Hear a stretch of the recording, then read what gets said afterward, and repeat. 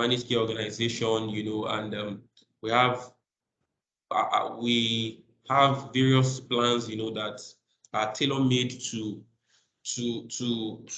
meet the needs of our clients. We have tailor-made plans to meet the needs of our clients, families, corporate entities, and individuals.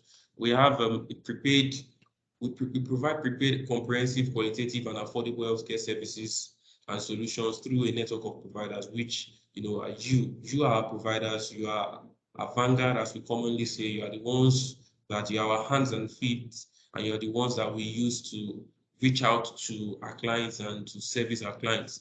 And that's why we do not take you for granted. We appreciate your coming to this meeting. We appreciate all that you do and all that you've been doing for us since we started our relationship. Our vision is to make healthcare available for everyone, and our mission is that we deliver healthcare that works for you. We're fully accredited by the NHIS, ability, responsiveness, ethics, and tenacity. These are things that are very, very close to our hearts. These are things that are very germane to us. These are things we do not joke with. We focus on our customers, and in this context, we can also say we focus on our providers. We know when I go to presentations, oftentimes I hear people ask questions like, HMOs, you all use the same providers. So why then should we expect a different experience with you? And usually what we tell them is that, yes, HMOs use the same providers. However, HMOs treat the providers differently. And I usually tell clients that the way your provider would treat you is dependent on how your HMO treats the provider. So we are focused on treating you right, because we believe that if we treat you right, you will then, in return, treat and release right. We are highly reliable. I remember when we started and we're trying to convince a lot of providers to come on our network, several providers had all kinds of negative experiences from other HMOs in the past. And many of them really expressed this skepticism. They were not willing to, do business with us. Not like they were not willing, but they were afraid of doing business with us. And I think just a few months down the line, the narrative changed. We now got several providers, applying to us to join our network. Some of us that are here today can attest to the fact that we actually applied, to join the Phillips HMO network, which it's just for us a little attestation to the fact that we are reliable. We are responsive as much as I'll be showing us how it works, in a very short while. So once the enrollees come, you can see their plans, you can see their cover from that system. This is what our ID card looks like. I'm sure many of us are familiar with it now. So please just note that when you see people coming with this ID card, then they are from Phillips HMO. You can just go do their eligibility check, and then you can attend to them. Also, we have other means of identification. So we have the electronic ID card. So this ID card may actually come either in a physical form, or it could come in an electronic form. They are both valid. Either it's in a physical form or it's in an electronic form. They are both valid, and we should please honor them and then proceed to do the eligibility check. Because we also have the online verification, which means somebody comes to your facility and it doesn't have his ID card on him. We have deployed a portal to every one of us that we can use, to quickly do an eligibility check, and then the passport of the person, the name of the person, and other details of the person will come up, and you would see the system will let you know if the person is active or not. We'll be showing this in demonstration that we'll do very soon. Eligibility check is compulsory for all enrollees. Please, it's important. I've said this. I will try to stress why this is important over time. It is important because we want us to check per time to be sure that this person is still active. I could give ID card to somebody in the company, and by the end of the day, the person would have resigned from the organization, and I would have gotten a mail that this person should be deactivated, and I would have deactivated. So if you just use the physical ID card or the electronic ID card as a benchmark, then you may be making a mistake. We have had to deny some bills for some providers that went ahead to attend to enrollees that were not eligible. Please, we must always do an eligibility check to confirm that, yes, these enrollees are active before we attend to them. Then also, should you encounter any difficulty in having the eligibility check done, you can also just put a call through to our call center, and we will do that eligibility check for you. So please note that we'll do eligibility check for you. Verification can be done via the portal, like I just mentioned. None of our enrollees should be made to wait for more than 10 minutes for eligibility check. If you encounter any difficulty, reach out to us. These are the call center number. This is the call center number, rather. Even though it's a singular number, it routes to several lines, it routes to several agents at the same time. So this number routes to several agents at the same time, and you can always reach us on this number. Some providers are in the habit of calling private people, to respond to us and to pick our call. So please, as much as possible, let us use these numbers to reach them. And then this is the email address, hcp@phillipshmo.net. It is the Phillips has a double L. Let us always take notes. So phillipshmo.net, not .com, .net. That is the email address with which we should reach out. Access to care is obtained on successful eligibility check.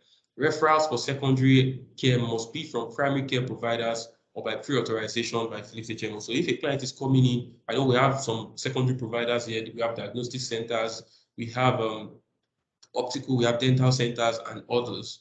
If a client is coming in for secondary care, and even in some of our regular hospitals, some of us are accredited for both primary and secondary services. Any client that needs secondary care must get a referral from a primary care provider or must have a PA by Phillips HMO before we can proceed to attend to them. Primary care services should be attended to first by the GP.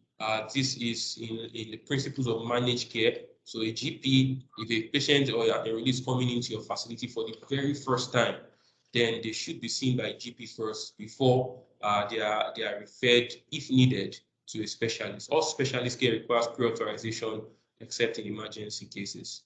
And then admission requires notification within 24 hours. So if someone needs to be admitted, you can notify us within 24 hours.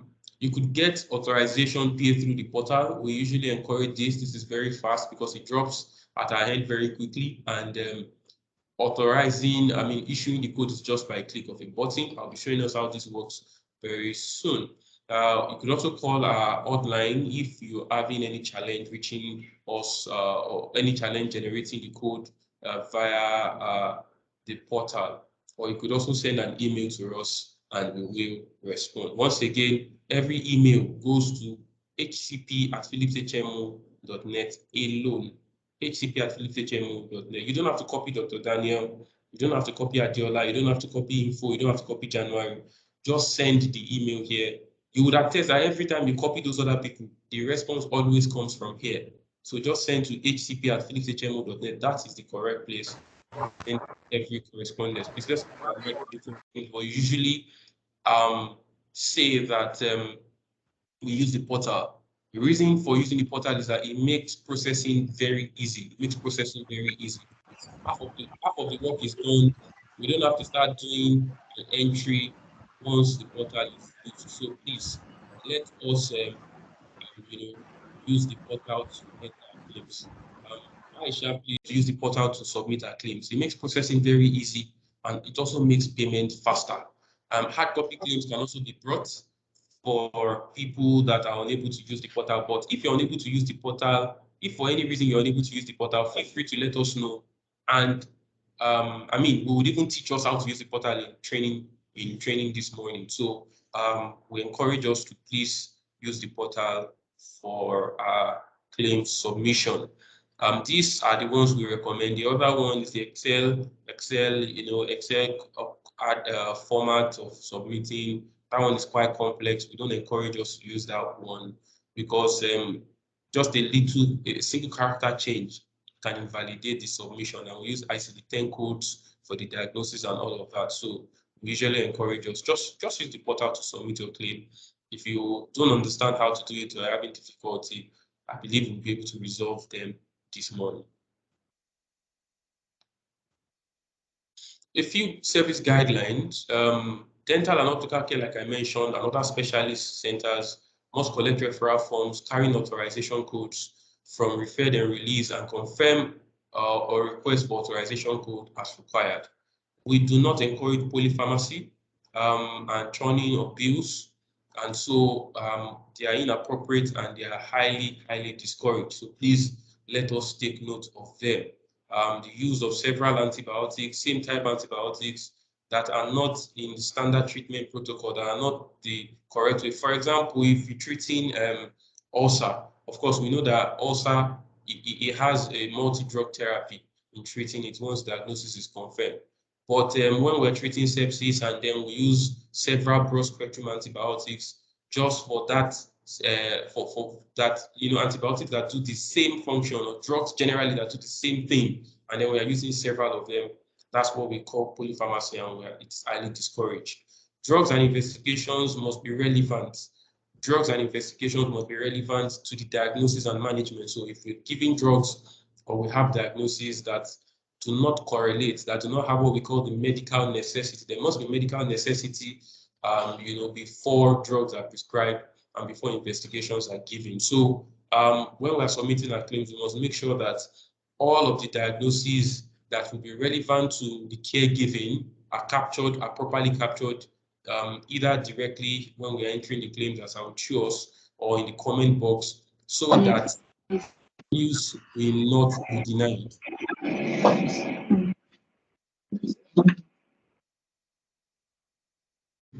Referrals for specialist consultation should be only when medically necessary as well. And then all claims must be submitted within 10 days from the successive month of the encounter. We usually encourage, early submission. Early submission will make for early processing, and that would also make for early payment. So we encourage us to submit our bills on or before the 10th month of successive month of encounter, 10th day rather, from successive month of encounter, which means August bill should hit portal on or before the 10th of September. Every claim form must be properly filled, and you can't even submit your form. That's why we encourage use of the portal, because all the relevant fields would have to be filled, otherwise we will not be able to submit them. But for the few that will still be doing hard copy, which we highly discourage, we must make sure that we capture all relevant information, policy number, telephone number, and everything that is needed so that we can, approve it accordingly. None of our enrollees should be denied care without contacting us or getting clearance from us. We want to thank us. Majority of providers do this. They always get in touch with us, and we want us to continue to do that. Please, before denying a release care, reach out to us and let us know what the issue is so that we can confirm that to you. All medications prescribed must be safe and NAFDAC approved. We want to reiterate and stress this again and again. Please let all all drugs be safe and NAFDAC approved. NAFDAC approved. We had an incident once quite recently, for an enrollee that took us up for something similar today. So please, every drug must be NAFDAC approved before we dispense them to our enrollees.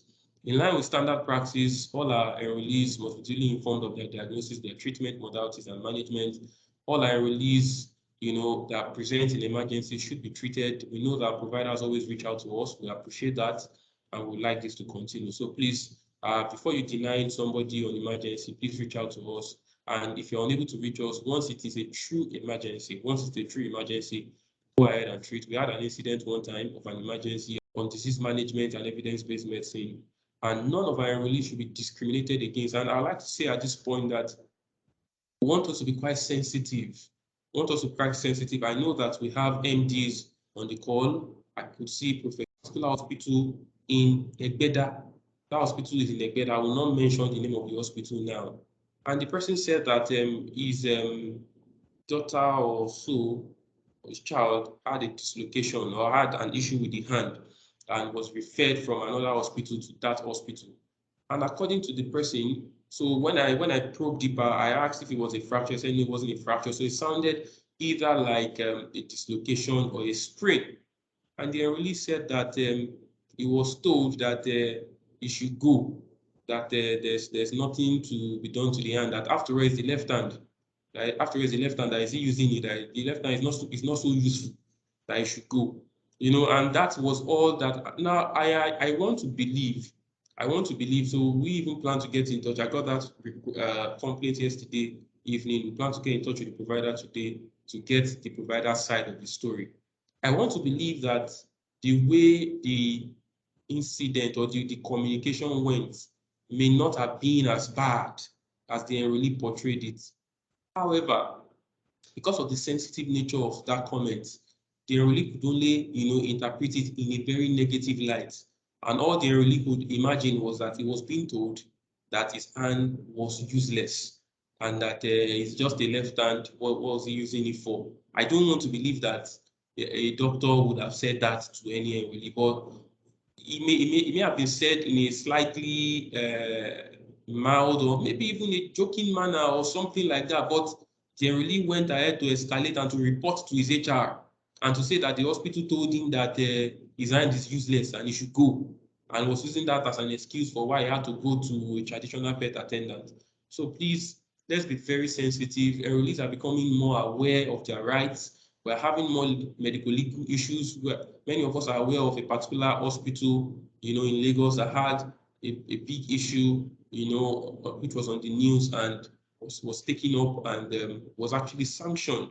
So please let us become very, very sensitive in how we communicate to the enrollees. Let there be no discrimination. Let there be no derogatory comments. Let us treat them with utmost respect and utmost courtesy as the tenets of our profession demands. We really appreciate us once again for taking our time to be a part of this meeting. Thank you very much for listening to us. These our contacts, just to let us know them once again. Please follow us on social media. Look for us through any of our handles. We release very interesting and lively comments from time to time. Those that are following us, we know, and please be a part of it.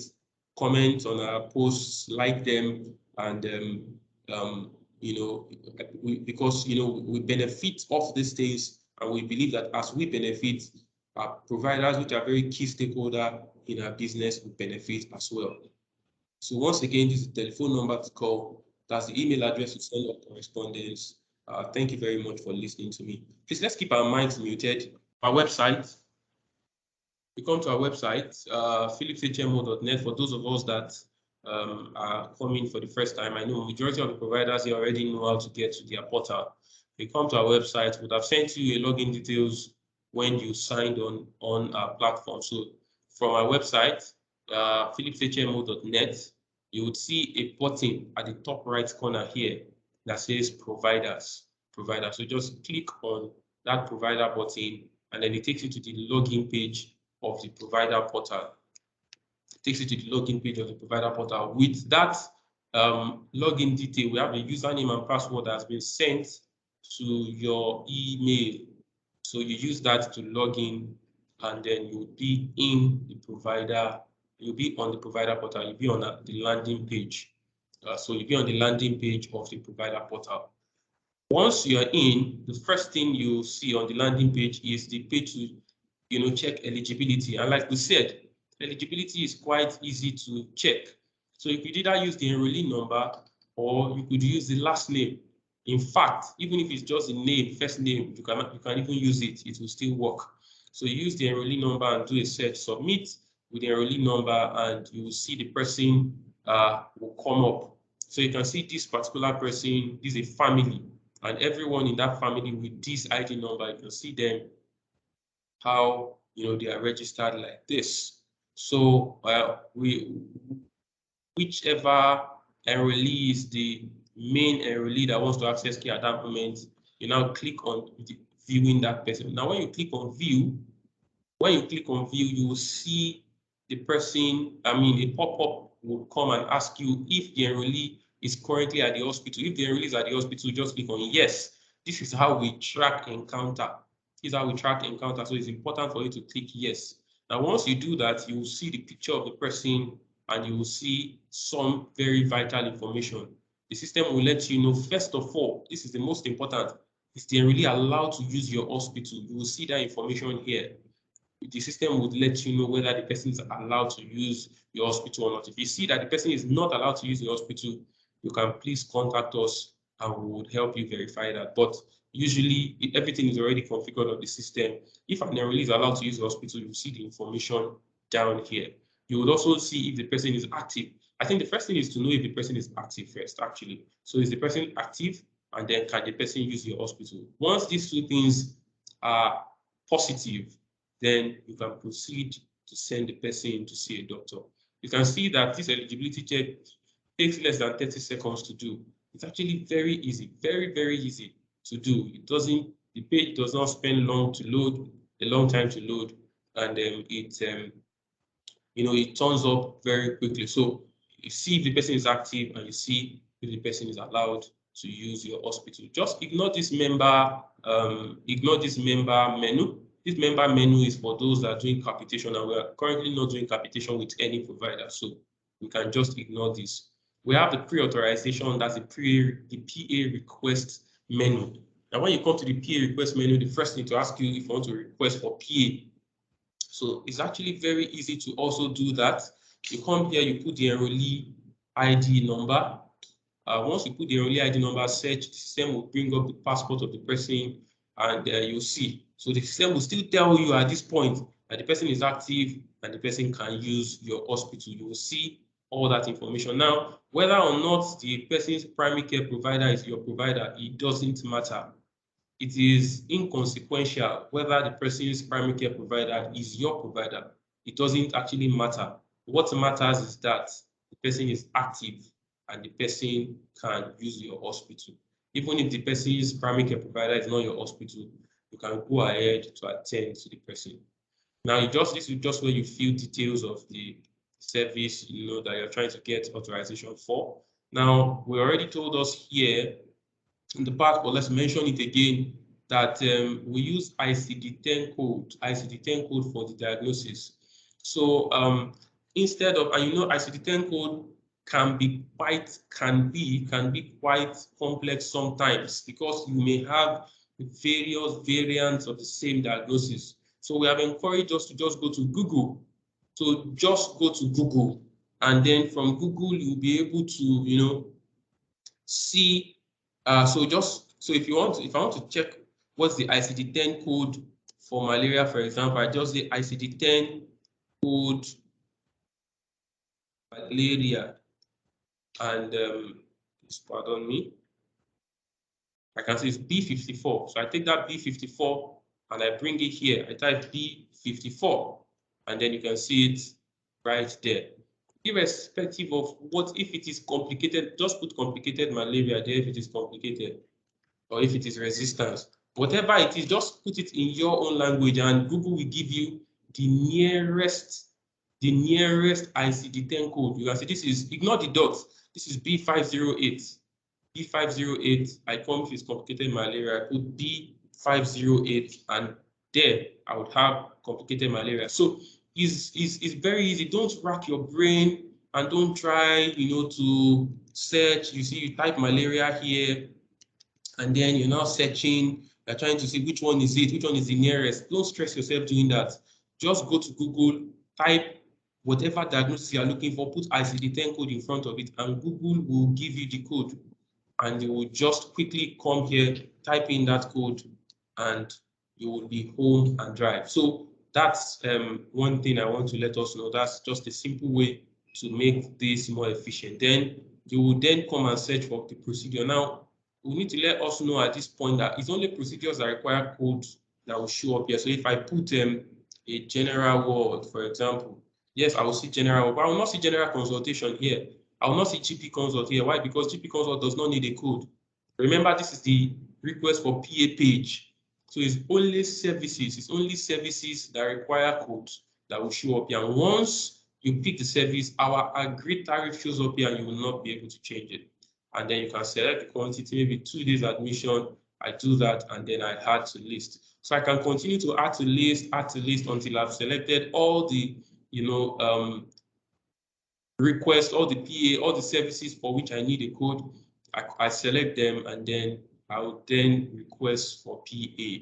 I request for PA. Okay, you can see the system says enter comment. So like we said, you need to also put a comment. You need to also put a comment so that it gives the person that wants to do the approval, he understands the context. And it's not, when you put a comment, you reduce the chance of the code being denied, because you have already giving a story, a background story that helps the person that needs to keep the approval, that helps him to understand the context. You know, a patient has come, you have documented so many things. The patient has given you history, has given you, you have done an examination, you've done so many things, review of systems, and then you have made an impression. You understand? You have made a clinical impression, or you even have a definitive diagnosis. Now, the definitive diagnosis may not tell the full story. There may be some things that are contextual. So those are the things that you can easily just put in this comment. Okay, this patient has been treated for malaria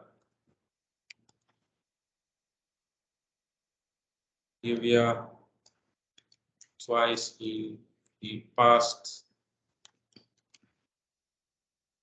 1 month. Now, somebody giving this approval, this helps the person to understand that, oh, okay, this is this. When you put a comment like this, it really helps the context. It really helps the context because the person, the agent doing the approval knows how this is not irregular, or this is not typical malaria. There is a context to this that the person approving, I believe, will benefit from, and then you can put that request for PA code once it says okay. And then the comment, you don't have to put the comment many times. You can just add several services. After adding several services, you just put the comment once. You understand? It's not that for every service line you have to put a comment. No, you can just add all the services, and then put the comment once, and you will be able to send it. Once we do that, very soon, call center agent would immediately get a notification that a PA request has been made, and once they do that, once they see it, they will be able to respond. Now, for claim submission, is another critical aspect which we need to know about. So like we said, we have claims, we have two types of claims. We have the claims, just the way we have two types of services. We have services that require authorization, and we have services that do not require authorization. Now, for services that require authorization, the claim submission for them are very simple. Now, let me see if I can get a PA code. All you just have to do is to come and put the PA code. Once you put the PA code here, the system will populate everything. You can see this is a PA code. Once I put that PA code here, the PA code that we have sent to you, the system will populate everything. But before you do that, of course, you need to create a batch. So the first thing to do in submitting claim is to create a batch. Now, you can do this monthly. You can create a batch per month. I know many of us are already used to this because a very good number of our providers use this portal to submit their claims. So this is just a refresher. So just create a batch, and then we encourage us to be specific in the way you name the batch. So don't just say June batch. In fact, if you say June batch, the system will not take it because there are several other batches that are called June batch. But mention the name of your hospital. Say, for example, Al Jolad Hospital claims, and then you say September 2021. You understand? So don't let me use Al Jalad Hospital so that this system will not record this. Let me say Phillips Hospital. Phillips Hospital PA claims September 20. So this is very clear. Number one, it shows the name of the hospital. Number two, it shows the type of claim. Is it a PA batch or is it a no auth batch? And then it also shows the month of encounter. Like I said, you only have to do this once in a month, and then this is where you get to select the month. So once you select that month, then you have created the batch. When you do that, you come and select the batch. You can see it here. It's called Phillips Hospital PA claim September 2021. Once you do that, you can now come and start adding various claims. So you get details of that claim, and then you can add to batch. Get details, add to batch. Mind you, if the PA has already been added to batch, you will not be able to add it again, and that's what you just saw now. But under normal circumstances, if it's a PA for that month, you come here, you add to batch, add to batch, add to batch, add to batch.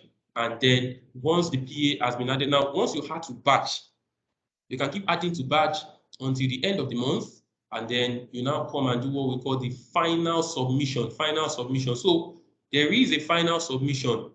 There is a final submission. If you create a batch and you do not do a final submission, everything, all the effort is wasted. So, and we have had a lot of these issues. We've had several providers that, that have come to ask us, that their claims. In fact, there was a particular to allow you to do a final submission. Please let us keep it. It is as if you're still working on it from your end, but you do that final, and when you click on that, the system will ask you, do you want to submit this finally? You say yes, and then you lock it in. That's when we'll be able to, work on that claim from our own end. Otherwise, you may be counting and say, oh, I submitted this bill since January. Phillips HMO are owing me, they are yet to pay. Well, that will not be true because we have not even seen the claim.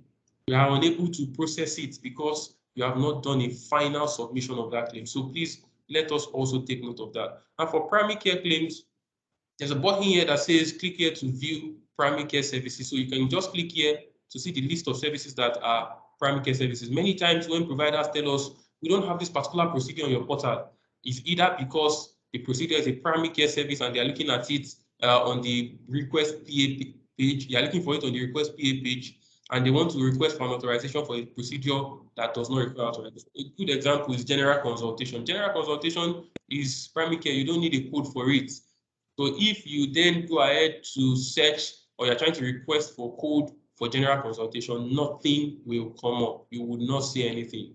Nothing will come up at all. So in the same way also, you create a batch. Like I said, you create a batch just once in a month. So Phillips Hospital, so let's say Phillips Hospital claim. You understand? So Phillips Hospital, no auth April batch. And then let me use September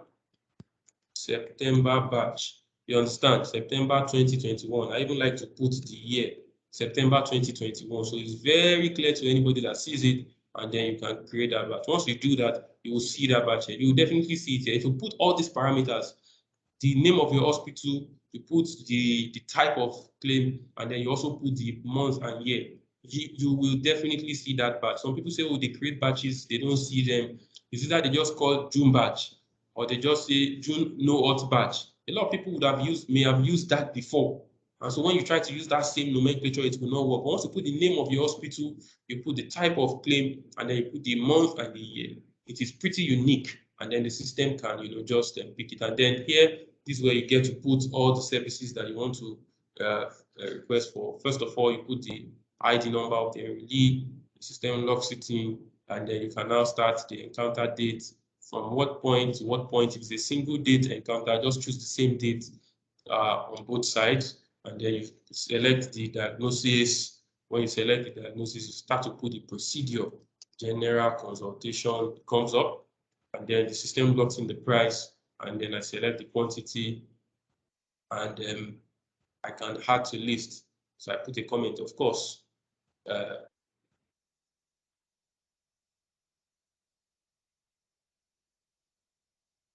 Comment, and then I can keep adding to list continuously like that.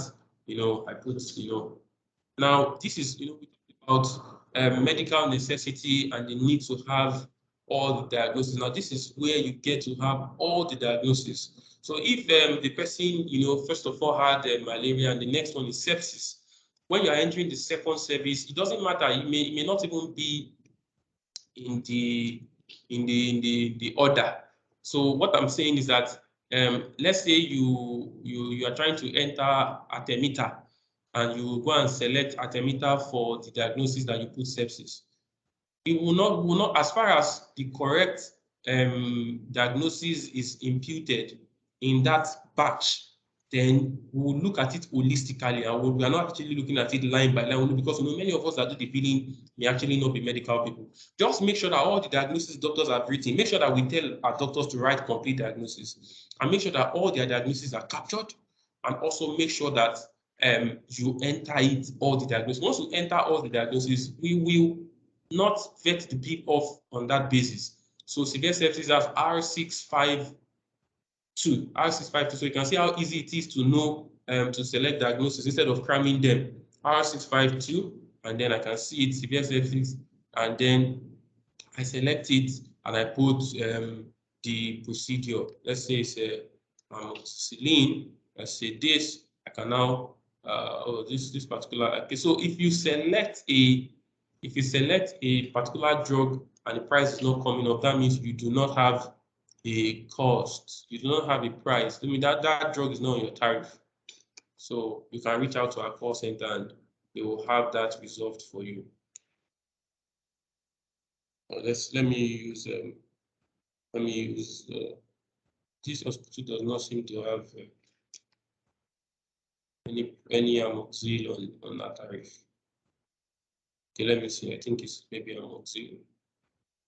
Still no amoxil. Okay, yeah. So you can see there's just one price there. So this is a test hospital, by the way. So don't say, you people, is it 1 naira you are paying for amoxil? No, it's just a test hospital. And then you can select this maybe let's say 3 times daily for 5 days. Select that, and then you had to list. So you continue doing this, you continue doing this, continue doing this.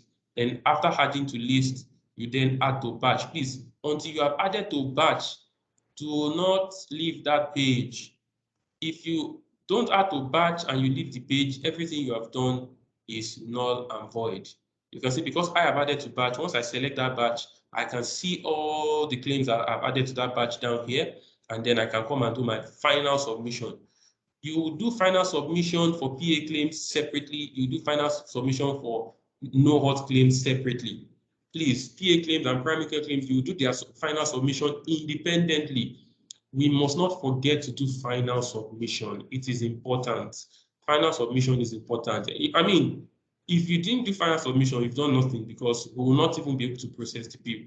And then if you notice a mistake, you can come here, delete it, and then you can also enter it again. Then there are some reports, that you can run. You can run a tariff report. So if you see any, or if you see any tariff discrepancy, you can run a tariff report. The tariff report also lets you know, which services, excuse me, also lets you know which services require authorization and services that do not require authorization. So you would be able to see that there. The tariff report takes a while to load because it's a lot of information. That I think that's the only page that may take a while to load finally, but obviously it will load. Now let me refresh my entire page. So obviously it will load. Though it's actually loaded, but I think I wasn't patient enough. So you do the tariff. You can run a tariff report. Those are some of the reports that you can run. You could also run a submitted claims report. So that way you'll be able to track to see. You'll be able to track to see the status of your claim. I will show it to us in a couple of minutes. You'll be able to track, see status of your claim. So here you'll be able to know whether your claim has been approved or not, and whether it's been processed or whether it's been paid or not. You'll be able to see all of that. Okay, so this is it. So you can see it. This tariff report, so you can see all the tariff. This is a test hospital, like I said, so it doesn't even have much. It doesn't have much prices in it. Just a few prices. You understand? So, but yours, you will see it well popular, and then you would also see if that service is a pre-authorization service or is a no auth service. Because this one is no auth. This Amatem Fort, no auth, while this other one, Amari, requires authorization. So it's clearly written there so that there's clarity, and then people are not confused as to which service requires authorization or which one does not. No auth or pre-auth, everything is there. And then if you want to work on this, you can export it to Excel, work on it. If you have an issue with the tariff, you can export it to Excel, work on it. Let's say the tariff you gave us is not what we uploaded, that kind of thing. You can just come there, work on it, and send to us. It makes it easier for us to upload. Now, this is where you get to track. So under report, this is submitted claims report.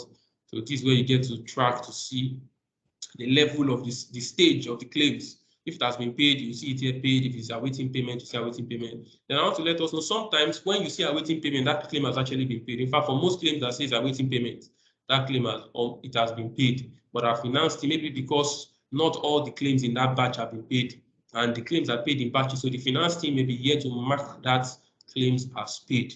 I also need to let us to see here.